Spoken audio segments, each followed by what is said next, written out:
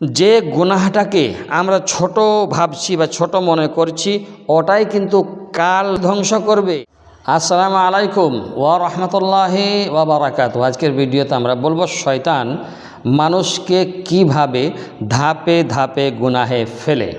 আমরা তো শয়তানের পাল্লায় পড়ে, শয়তানের ধোঁকাতে পড়ে আমরা গুনাহ করি, তাই না? তো ধাপে ধাপে মানুষকে কিভাবে শয়তান গুনাহের মধ্যে ফেলে, আজকের ভিডিওতে এটা ইনশাআল্লাহ তাবারক ওয়া তাআলা বিষয় রইল।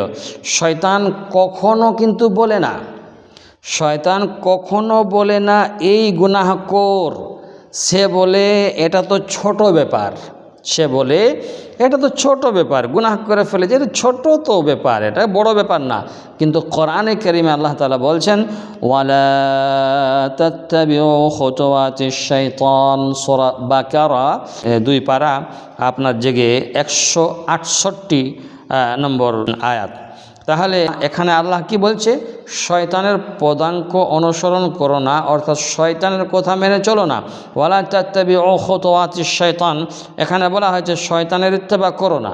আল্লাহ নবী সাল্লাল্লাহু আলাইহি ওয়াসাল্লাম হাদিসের মধ্যে বলেছেন ইন্নাশ শাইতানা ইয়াজরি মিনাল ইনসানি মাজরিয়াদ দাম, বুখারী শরীফের হাদিস।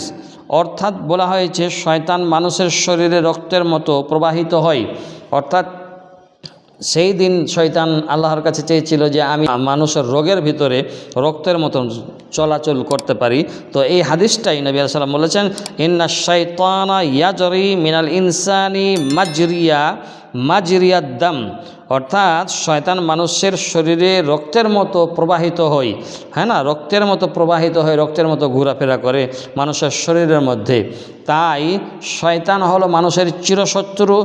শয়তানের পূজা বা শয়তানের ইত্তেবা করা যাবে না, হ্যাঁ না।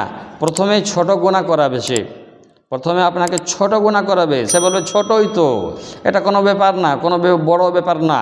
তো ছোট গুনাহ করাবে আপনাকে, তারপর ওই গুনাহ করাতে আপনাকে অভ্যাস করাবে, তারপর আপনাকে বড় গুনাহে নিয়ে যাবে, তারপর তাওবার লজ্জা দিবে, তারপর তওবা করার লজ্জা দিবে, যে আপনি তওবা করতে লজ্জা করবেন। এটা শয়তান আপনাকে করিয়ে দিবে যে আপনার তওবা করার ইচ্ছা হচ্ছে কিন্তু আপনার লজ্জা হচ্ছে, যে আমি এত গুনাহ করেছি, আল্লাহ ক্ষমা করবে কিনা, মানে শরম লাগছে, লজ্জা লাগছে।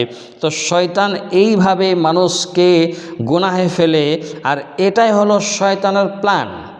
তাই শয়তানের সমস্ত প্ল্যান থেকে আমাদেরকে বাঁচতে হবে, শয়তানের সমস্ত ধোঁকা থেকে আমাদেরকে বাঁচতে হবে।